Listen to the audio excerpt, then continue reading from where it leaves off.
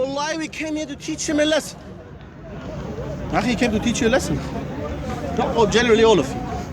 So I poked in my video, in my few minute video, I said, حق علي بن أبي طالب والله علي بن أبي طالب بريء منكم ومن شرككم ومن خرافاتكم ومن دينكم.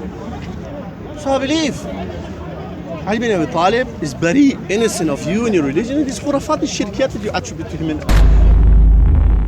The way they portray themselves, as if, you know, they came and smashed the Bakris and the Sunnis, and no one said anything to them, is we want to send a message to them that, look, what you think happened didn't really happen. You didn't smash no one. This is not a game. This is not a boxing match. Yeah, this is Speaker's Corner. Anyone can come here, say what they like, you know, within the context, and then go home or whatever. If you came down here with the intention to debate, good. But don't come here, you know, throw a few cheap shots at brothers who maybe don't specialize in the field, and then go on the victory parade and say that we smashed the Sunnis. Any Shi'i who came here that day, and any Shi'i in particular, that... No, especially the flag bearers. Especially the flag Shia bearers. Roadrunner, yeah. this one. They came down here last week. They went on a victory parade.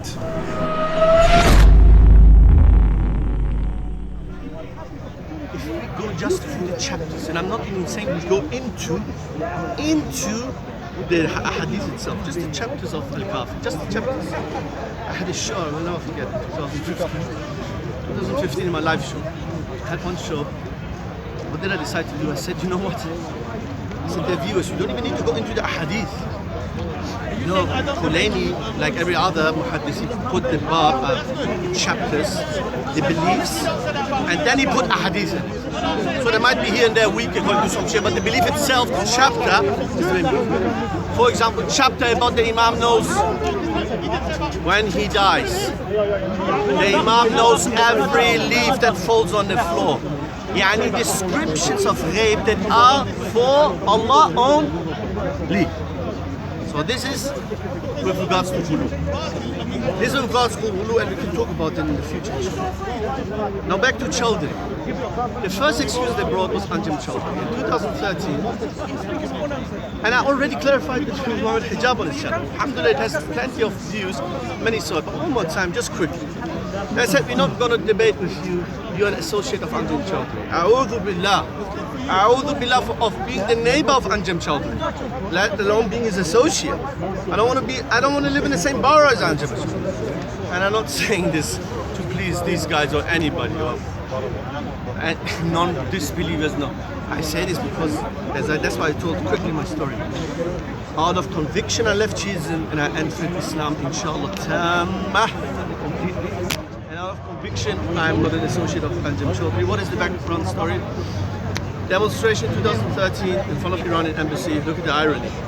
Over 50 Iranian Sunni preachers were about to get hanged for, you know, the typical easy made up accusations of the Iranian regime. Wahhabi, distributing this. It's very easy for them to execute us. Anybody who's active, no, in Iran they don't kill every Sunni. We have alhamdulillah many Sunnis in Iran, 20 million according to unofficial sources. You're not getting killed on the spot.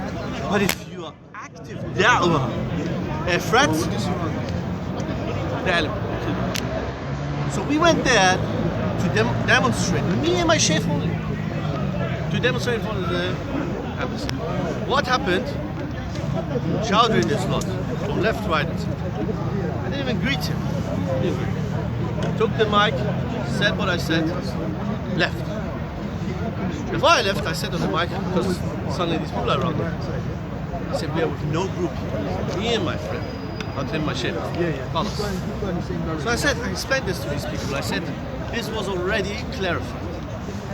And if you fear Allah, I said to you, if you fear Allah, you do not bring up these things. Allah is just. You might hate me, you might hate my beliefs. But you do believe in God, don't you? If you believe in God, you believe in God's justice. Neither against a Zionist, neither against me, against nobody you should use a pathetic lie. And rest assured, and there are some definitely not. Anjem Chowdhury, friends and associates, are not ashamed of being his associates. They're proud and they will say they are. I don't even know this man. I don't even know him, he doesn't know me. So khalas, that was the first excuse. I clarified it to them in the message, and they knew that I'm saying the truth. They saw the video of hijab, so they went to the next thing. What did they say? They mentioned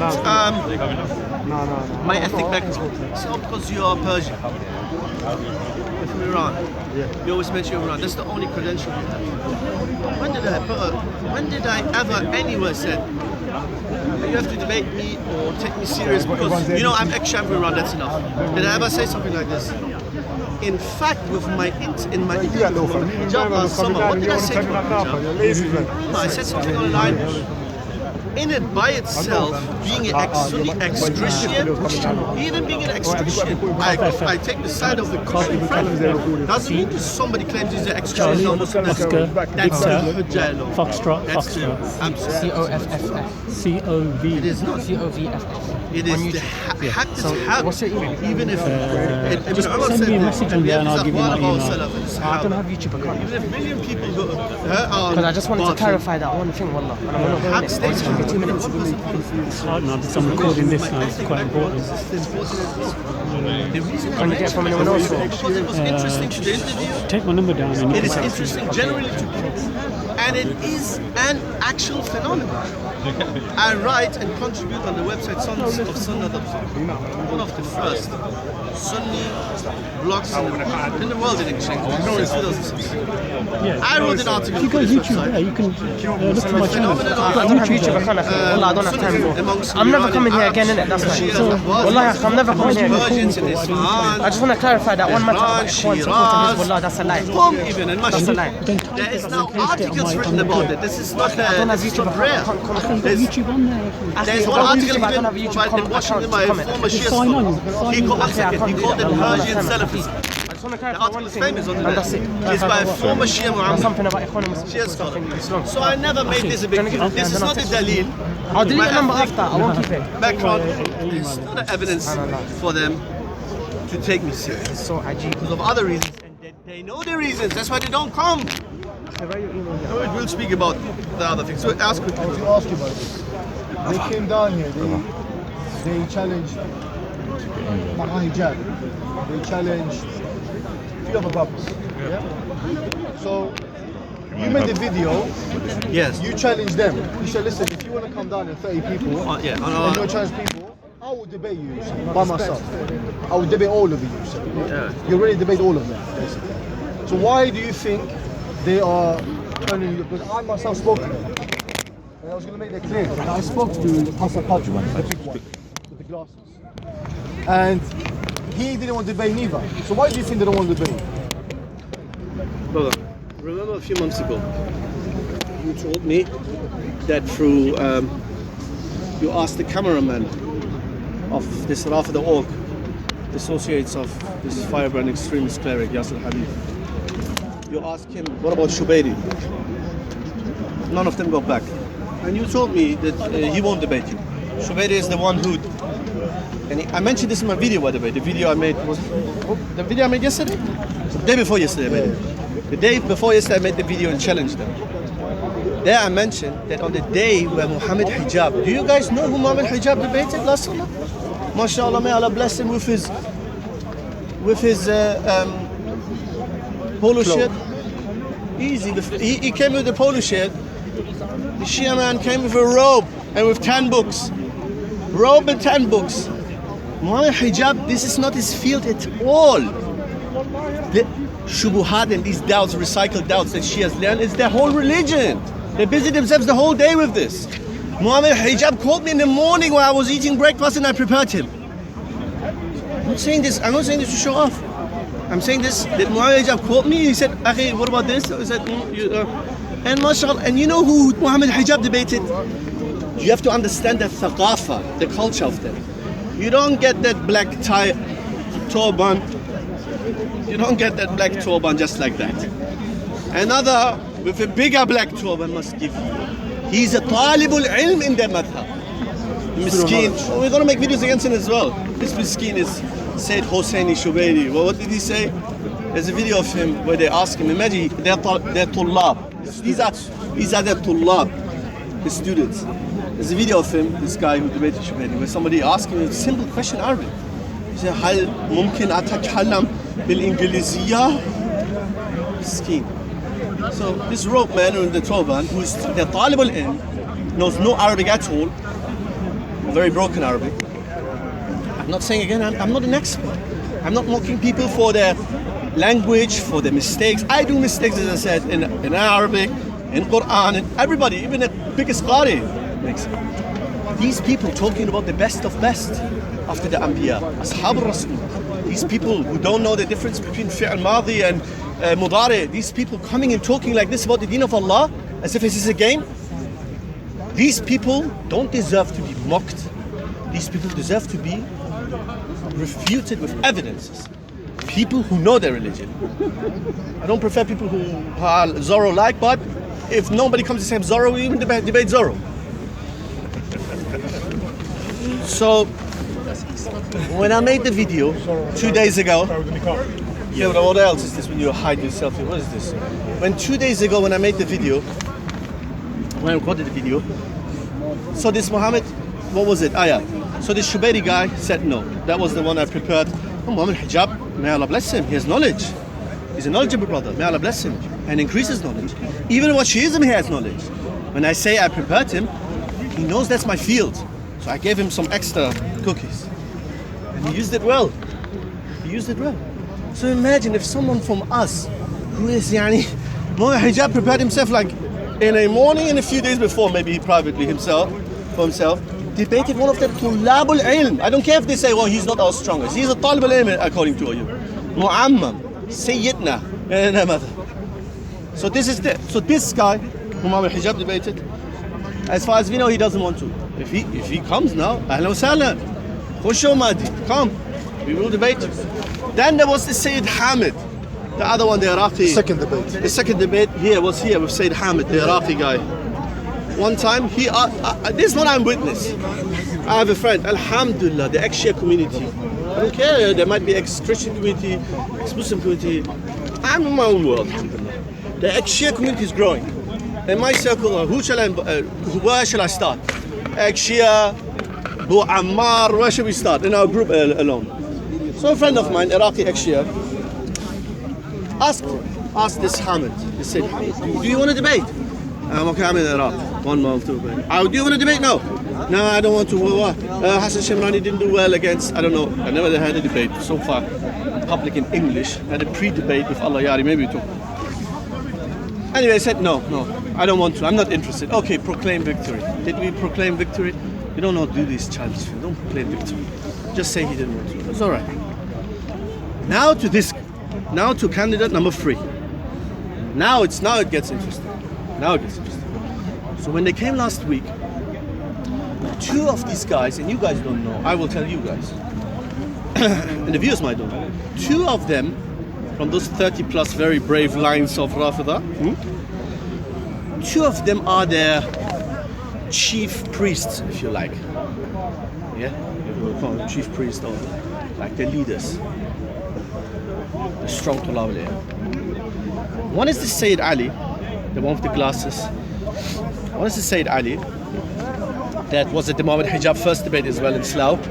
And one is this Hassan al-Qadri, who used to be with this, I don't know if he still is or was, but anyway, associate with this Rafida org people, Yasser Kharif, Yasser Habib, these people. They're extremists to us. We are extremists to them, they're extremists to us.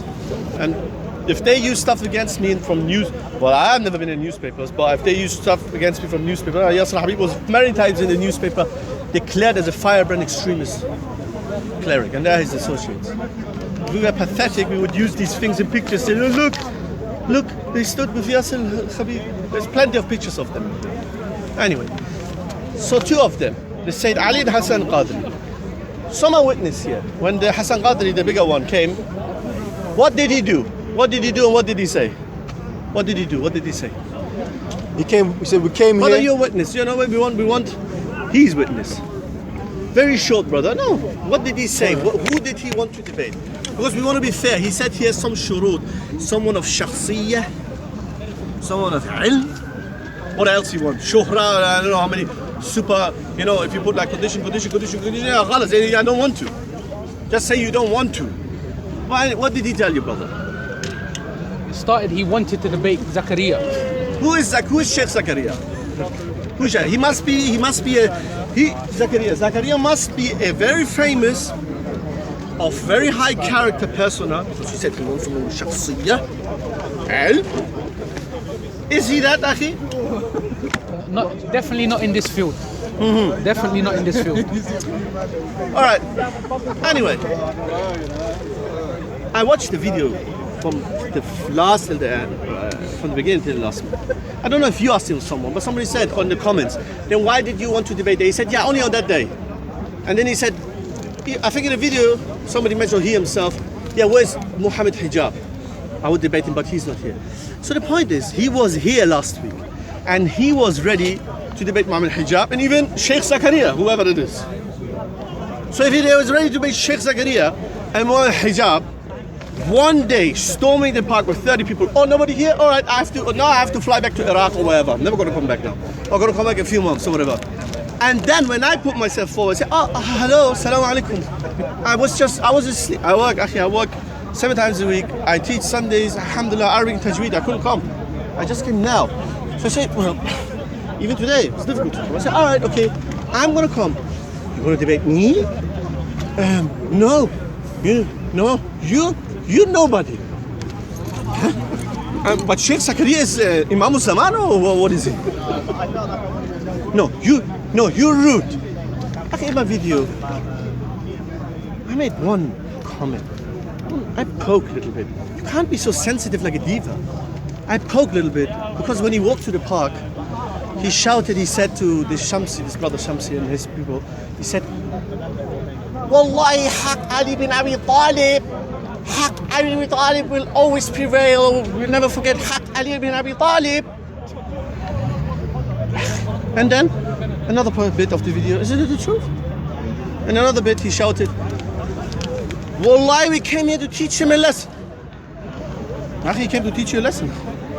No, generally all of you. So I poked in my video, in my few minute video, I said, Haq Ali bin Abi Talib, Wallah Ali bin Abi Talib, bari'un minkum, wa min shirkikum, wa min khurafatikum, wa min dinikum. So I believe Ali bin Abi Talib is very innocent of you and your religion, and this khurafat and shirkiyat that you attribute to him in Ahl-Bayt alayhi salam. Does that mean that we hate Shias? Brother, my family, vast majority is Shia. I have the best relationship with my father and mother. They're Shia. Alhamdulillah, my brothers, they all became Sunni. But my most family, they're still Shia. My country is a majority Shia. I have Shia neighbors. I believe we can live peacefully. In fact, I believe most Shias, because they don't know the reality of Shiism and don't practice it that hard, I think they're nice people. They're nice people.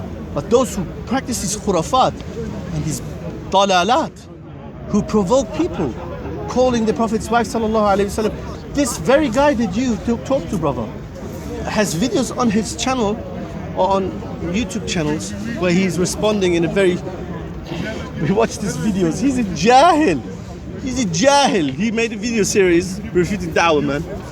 And there, Da'wah Man talked, for example, about the killers of Uthman. Radiallahu anhu. So this Hassan Qadri in his series, he then refutes Da'wah Man. He brings riwayat from Kanz al-Umal, al-Hindi al-Muttaqi, a book where the ulama say, this book is the beloved book of the Rafida, because it's full of mawdu'at. They love it. So this miskeen brings mawdu'at in his lecture, and then in this lecture he has a book where it's written on it. It's the book by Yasir Habib. It's Khabith. Al-Fahisha, Al-Wajh al-Akhar li-Aisha. Al-Fahisha, adultery, the other side of face, but better translation, the other side of Aisha. This was the guy who you were talking to, Akhi. No blame on you, Akhi. No blame on you. But I mean, these kind of people who come here and say, want to teach you a lesson. And then because I say, Haq Ali bin Abi Talib, I want to say, well, we don't believe you. Aslan did Ali bin Abi Talib has anything to do with you. And then that they use then against me, say, oh, look, he's a grown man. He mocks.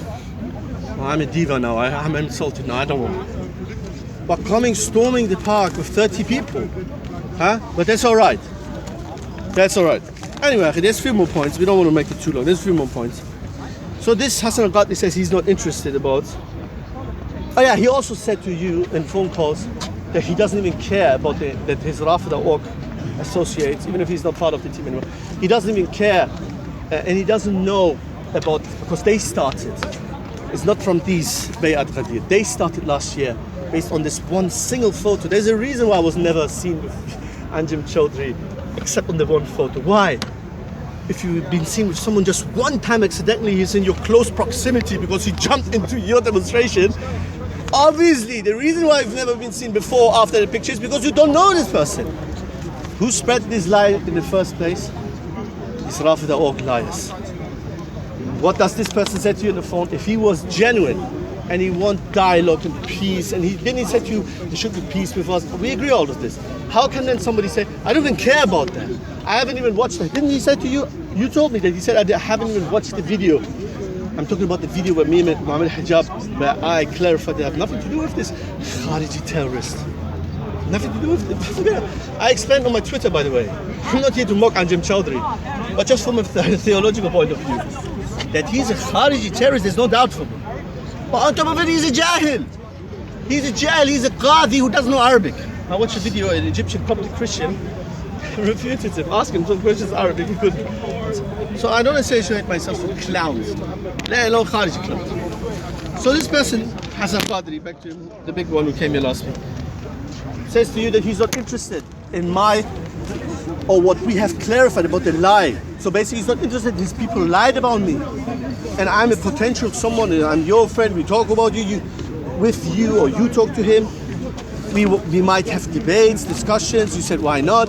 So how can you say, I don't care, I haven't even watched it, if it's even true that you haven't watched it. But if he didn't watch it, that to me it doesn't show fairness. It doesn't show fairness. Then he said, what I mentioned earlier, Shemrani hasn't caused any harm to our Aqidah. Again, then I guess Sheikh Zakaria has caused more harm to Tashayyu, Rafidism and the Khurafat than Hassan Shemrani. That's for the viewers to decide. That's for the viewers to decide. Then,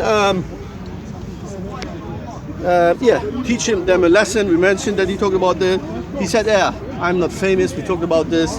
What the hell? One last thing. He called me vile. He said a vile person. Then he said, remember guys, here's the funny thing, the brother Hani, may Allah bless him, he reminded me of that. He said this guy says, oh now Hassan Shemrani he's praising himself. As I said, I'm not praising myself. If somebody says, no, I don't want to debate you, and goes after, storms the park for one time, and then I go after them and then they say no, so I have to bring out my credentials. I'm not praising myself. But guess what he then said? I got this from a brother. He said this guy then wrote on his own Facebook, or wherever it was, on one of his own platforms, a king only faces a king, not a peasant, another peasant. And he refers to himself as a king. So he's the king and I or whoever. We are peasants. Who is he? Who is he? Who is this Hassan Qadri?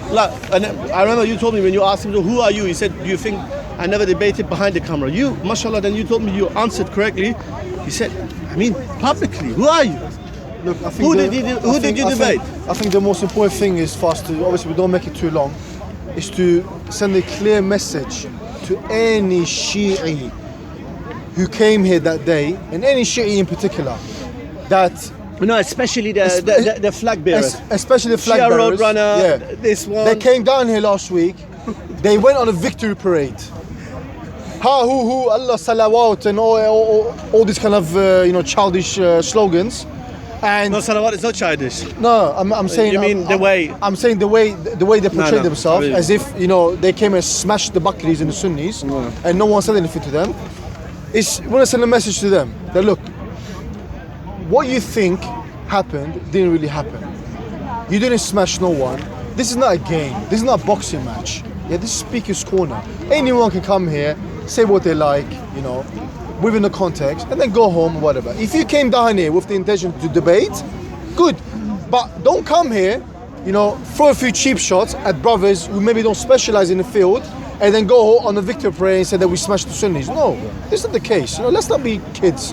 Let's not be childish. Yeah. What about the principle? Let's talk about the principle that what they were. I think they this Shia roadrunner and then the Hassan Qadri guy.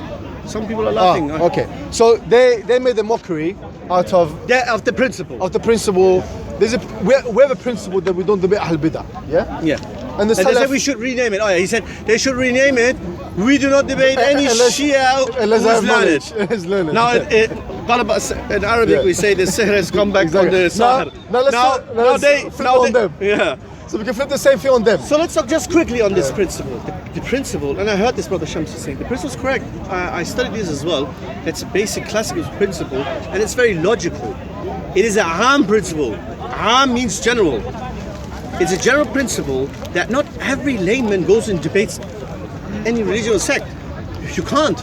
Or would you say you can now, let's say you're Muslim, you go to university, then some super evangelist nutter comes with 10 books, who studied 10 years and say, let's debate. I'm going to show you now 10 manuscripts in the Quran. Would you, it is not befitting then to put yourself in a situation and say, yes, fi sabilillah, I will now refute you. Can we even regard people who insult Aisha radiallahu anha, who believe the Sahaba were kuffar, who believe in distortion of the Quran and tahrif, do we regard these people as being from Ahl Bidah or more than that? Anybody who invokes these imams directly and as they preach in their religion, including in sujood, they invoke Fatima, and they have shirkiyat to that level. Shirkiyat that if I would stand here, some would faint. That's why it was funny when you told me, you said, oh, yes, hope for you, you will one day become Shia. I said, I would rather become a Hindu. At least Hindu is a complete martyr, and then you go live your life, do all the haram or whatever. Why would I become, a'udhu billah, part of a religion doing worst form of kufr, shirk, and khurafat in the name of the blessed Ahlul Bayt alayhi salam. By the way, it's allowed to say alayhi salam alayhi salam for Ahlul Bayt, and maybe in the future in the lesson I will extend this as well. Radiyallahu anhum wa alayhim salam. Classical Sunni scholars use that, there's no problem for that. But the thing is about the principle. The principle is generally correct. You would say to your son, if you have a 20 years old son, you would say, hey, you can't debate everybody.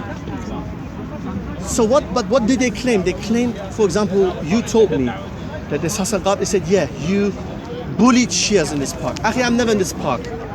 But I was here one time, Arba'in.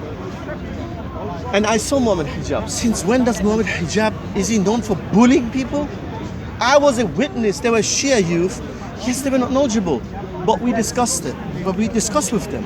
No, to be fair, what he meant, obviously he explained. He meant bullying in the sense that obviously we are more knowledgeable. That he was more knowledgeable, and the Shias that he was talking with all due respect, wasn't knowledgeable. But with all due respect, that's not the definition of bullying, akhi.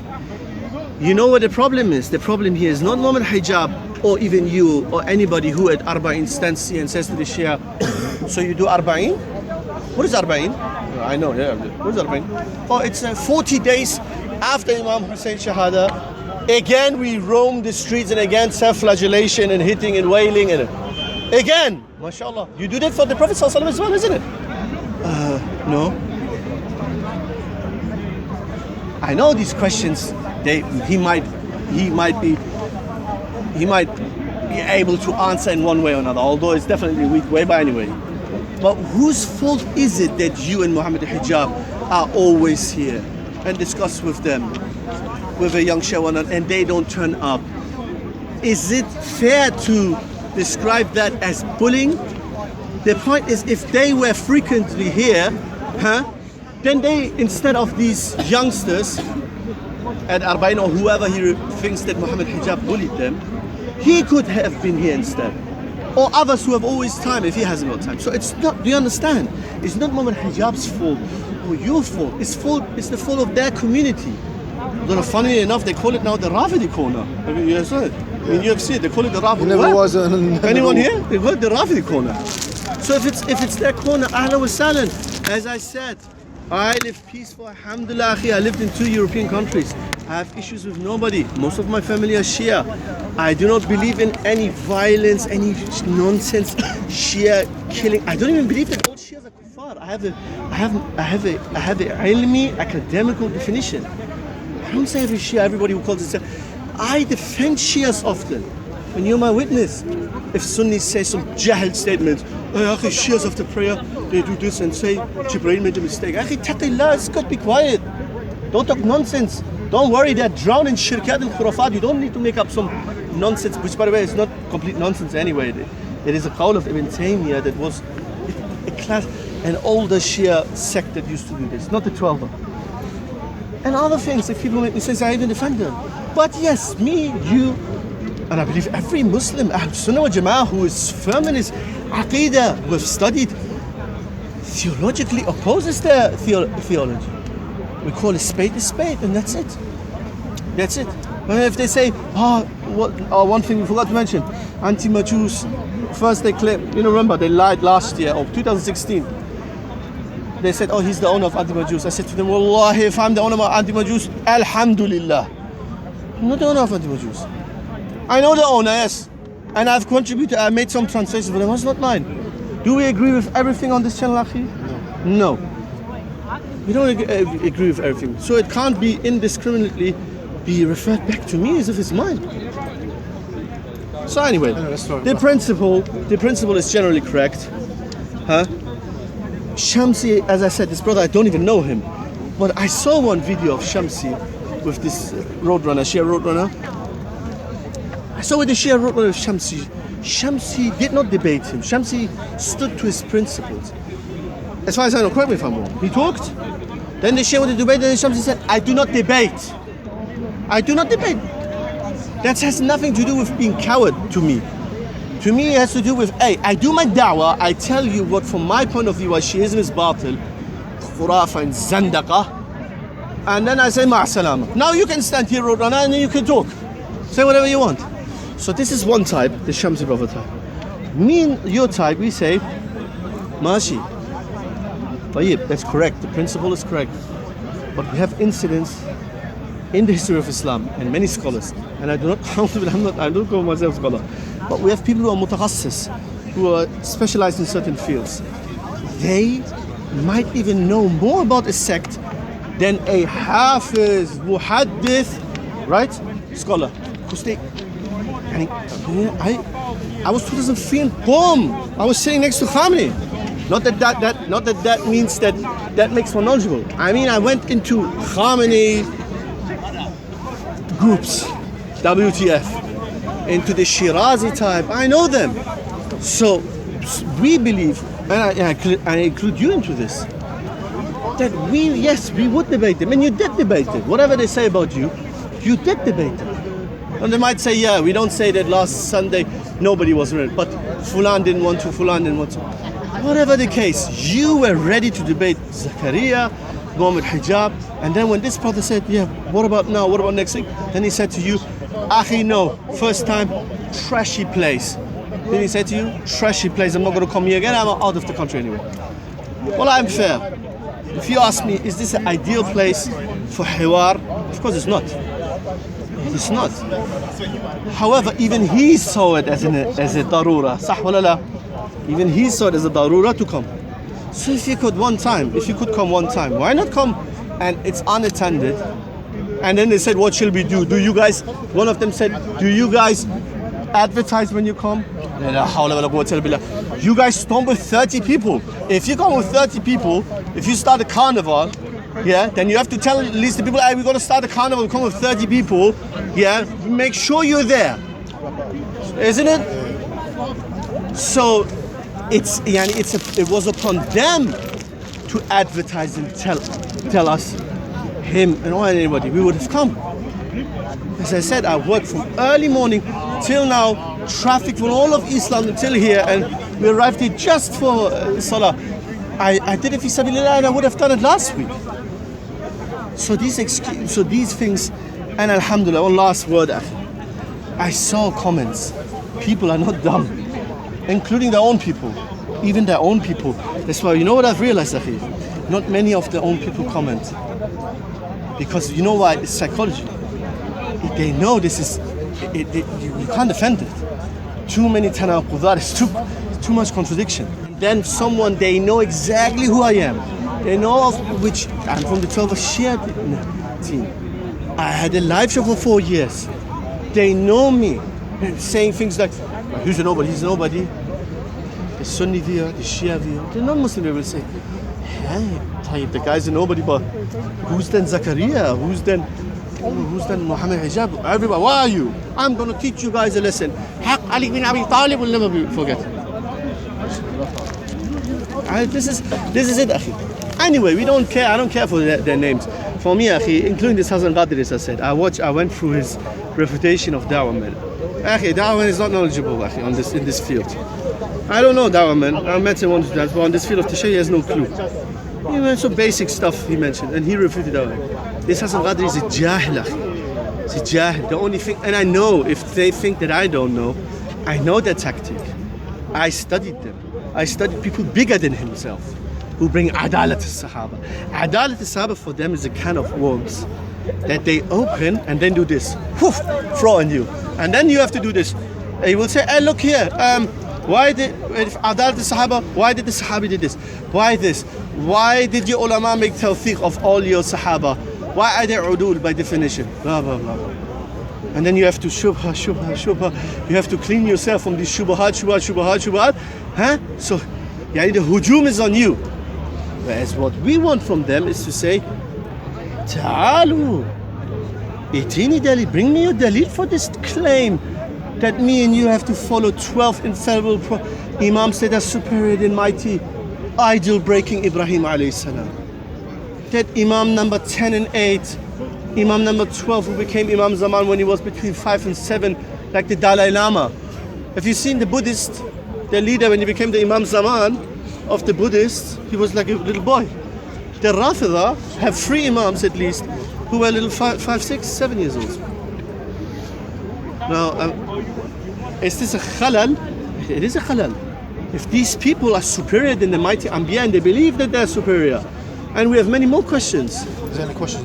That we want to discuss these things. We want to ask the questions. We want to debate. You know, brother, I've got a lot of people on my channel, okay, who's very much so interested in Islam, okay, but they may not specifically know the difference between Sunnis and Shias. Could you give us the biggest distinction between Sunni and Shia? Where is the the parting of ways between Sunni Islam and Shia Islam?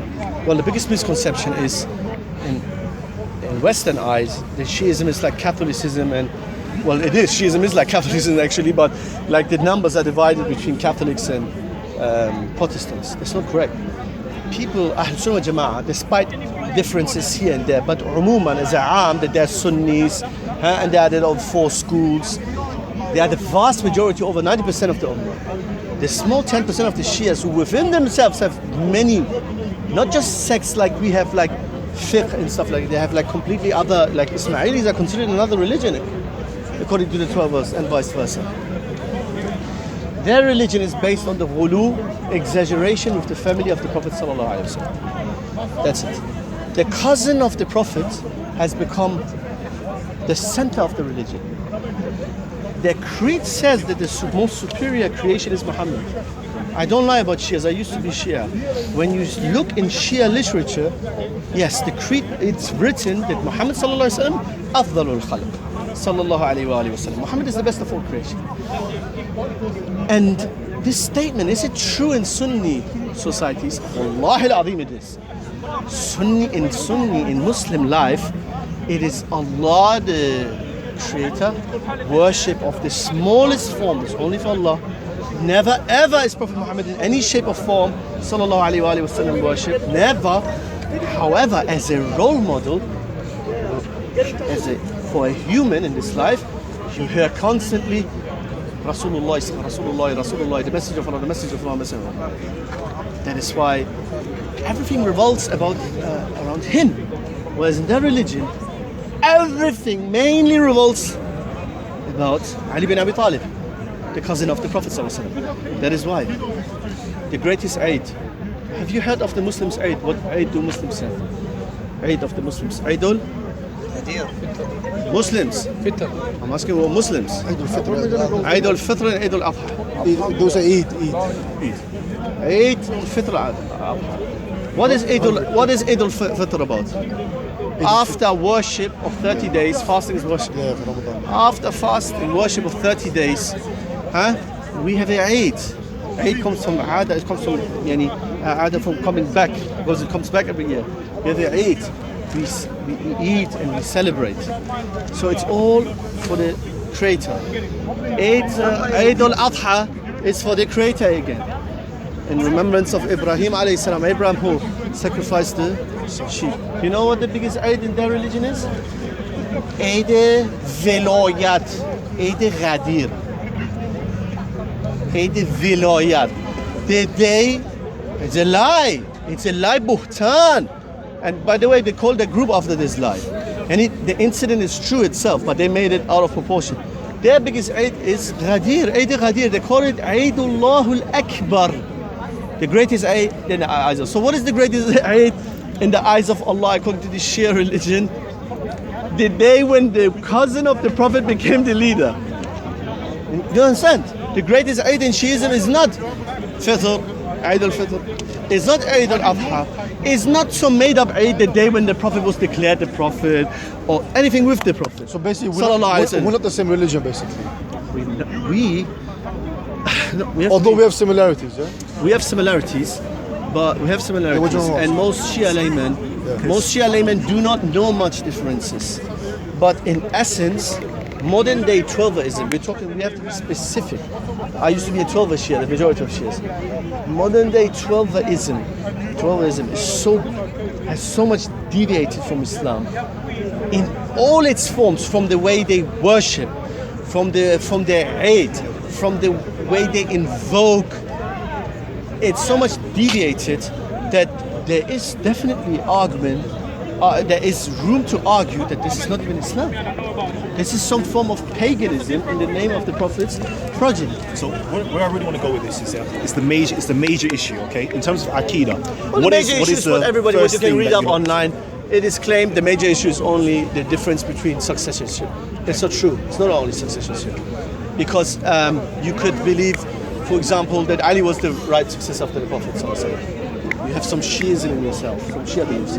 But you still, let's say, reject all the modern day heresies that are hallmarks of Shiism, which includes invoking saints, the Imams, directly, invoking them directly, praying to them exactly as Catholics do.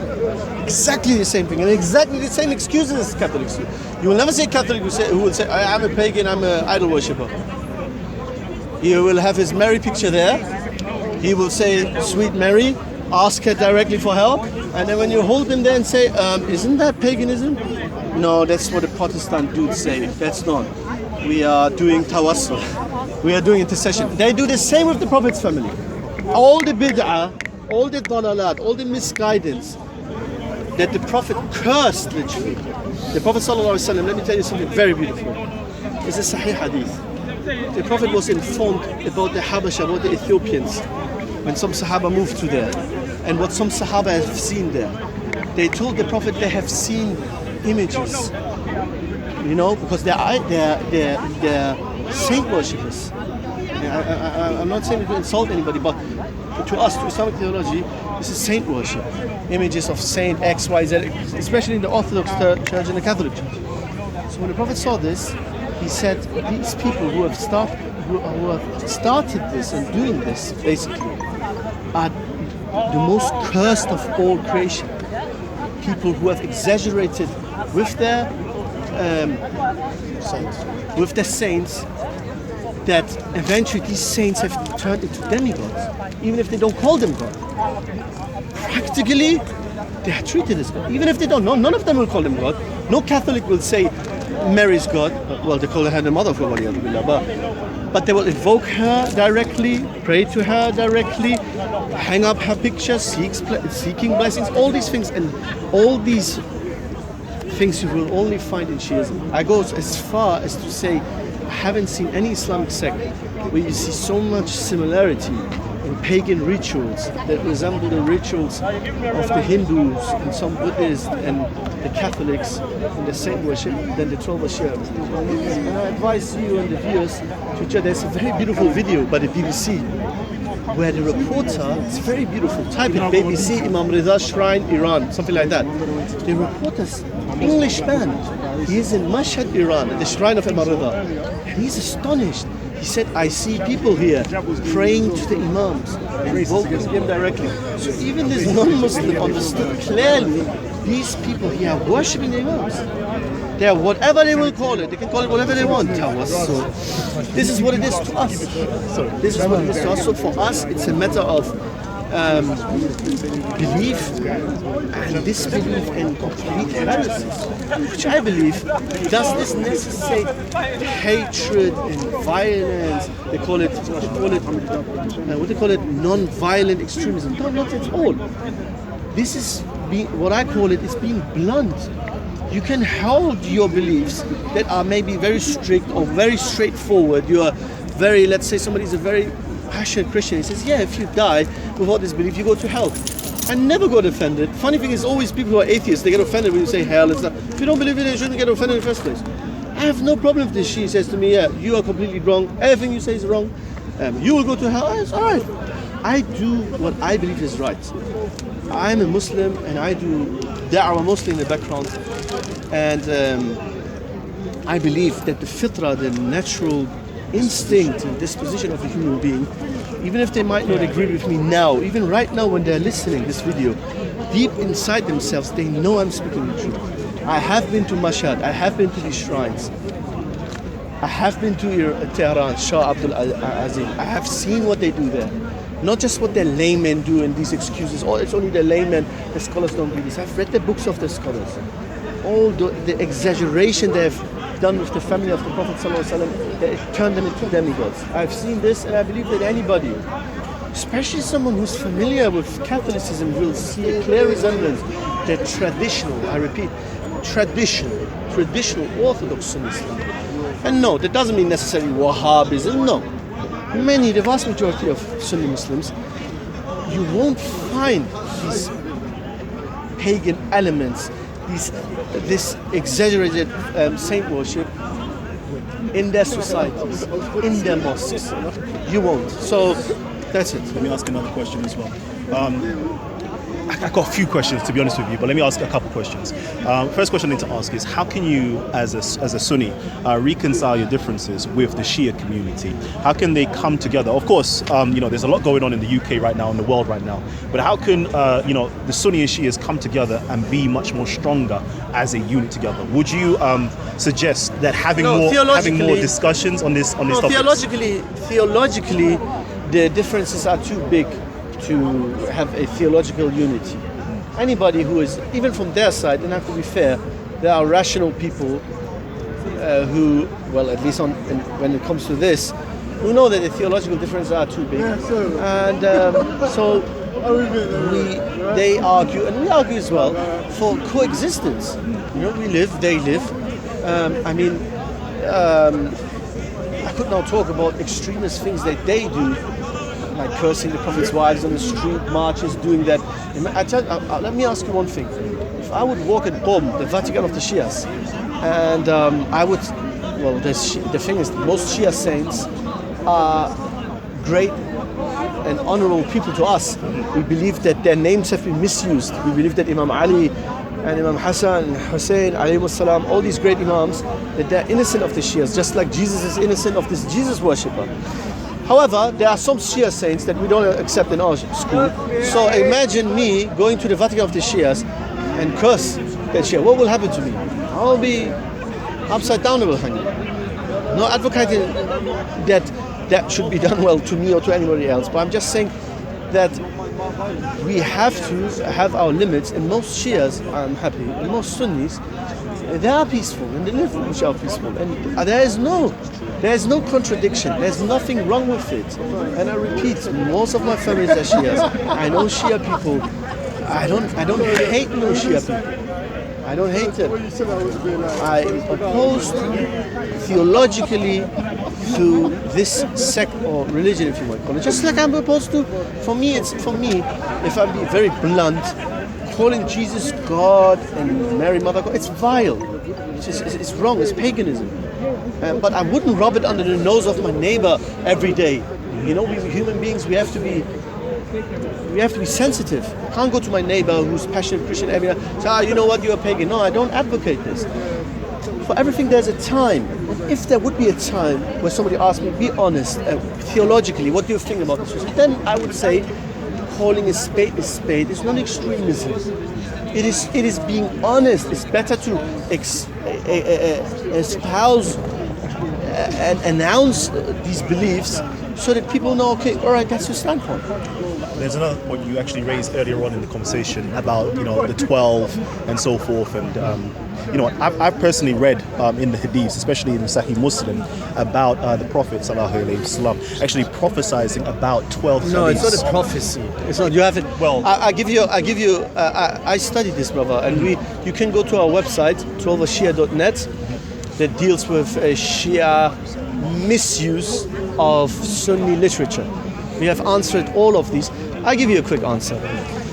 If you would have, in the first place, read it properly, you would know that it's not a prophecy as in that it declares that specific 12 who are exactly their 12 imams will one day rule. It says in the English translation that Islam will stay aziz, honorable, strong, when these 12 rulers rule. So if you would have listened now very sharply, you would have understood, or if you were well versed in Shiism, you would have known that, well, from the 12 imams, 2 only ruled. The others still rule in the first place, so this hadith can't be in reference to them. You can't be an obsessed, not you, I mean, generally speaking, normally people who misuse this hadith are very sectarian. Like, people who play with number games. By the way, we have a hadith in Sahih Muslim as well, or Bukhari, about 12 munafiqeen, 12 hypocrites. Now, an enemy of Ahl Bayt could come maybe and say, oh, this 12 hypocrites is that 12 imams. These number games are childish. This is not academical. The Prophet said in the hadith that Islam will stay strong. And 12 rulers, umara from Quraysh, Quraysh is the tribe of all of Mecca. It's very it's a very general statement. The Prophet ﷺ didn't say, me and here my cousin and his descendants will rule, and if you don't follow them, you're going to go to hell. He didn't say anything about that. And the funny thing is, I tell you, the funniest part is that early Shias never used that hadith. You know why? Because their sect developed. It developed into a 12er sect. That's what you have to understand. 12er Shiism developed. It took time. It took time to. How long did the 12 Imams live? 2.5 centuries. Do you know how many sub-sects were created? Because every time Imam died, somebody claimed to be the next Imam, then somebody claimed. You don't know this. So this hadith, most Shia lyricists, they're very, what shall I say? They're gullible.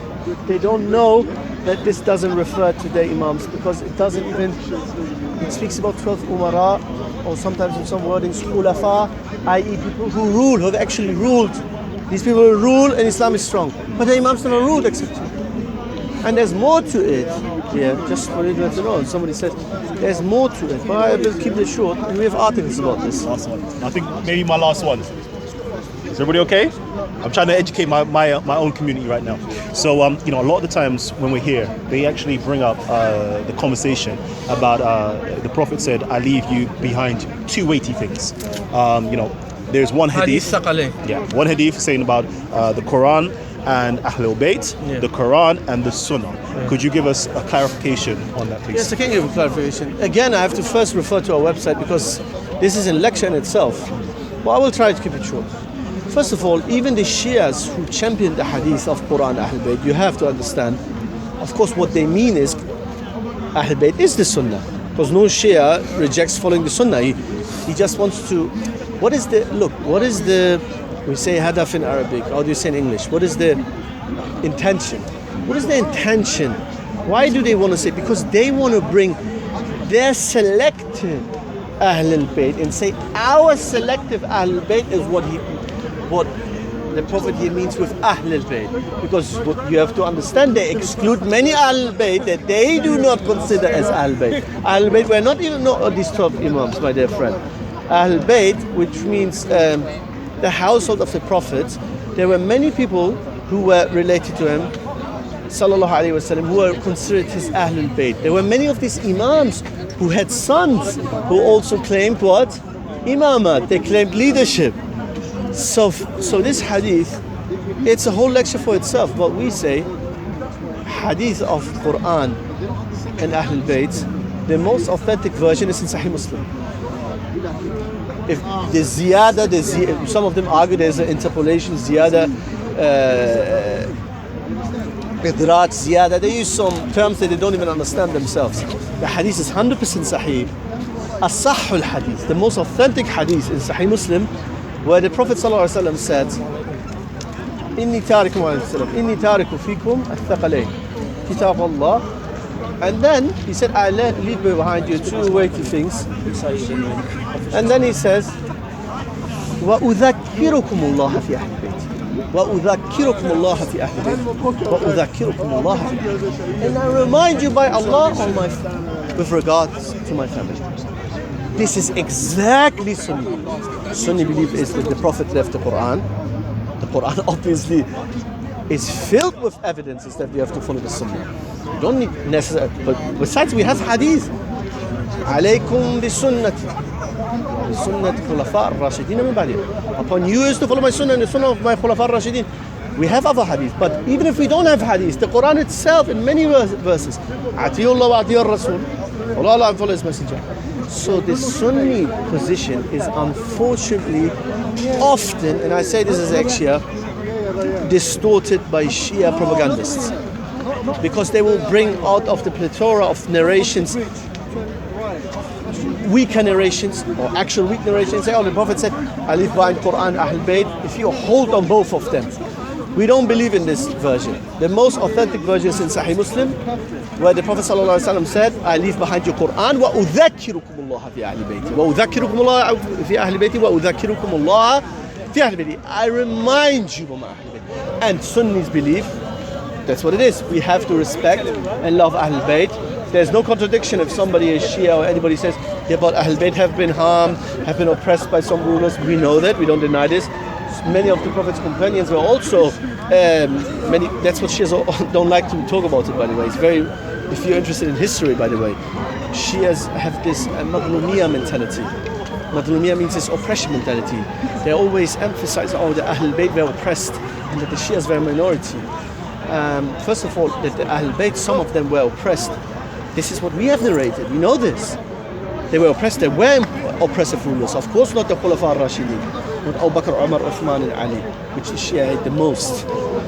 There were some of the Khulafa from Bani Umayyah, maybe from Bani Abbas, but these very Khulafa, by these very caliphs, have oppressed companions of the Prophet, students of the companions of the Prophet.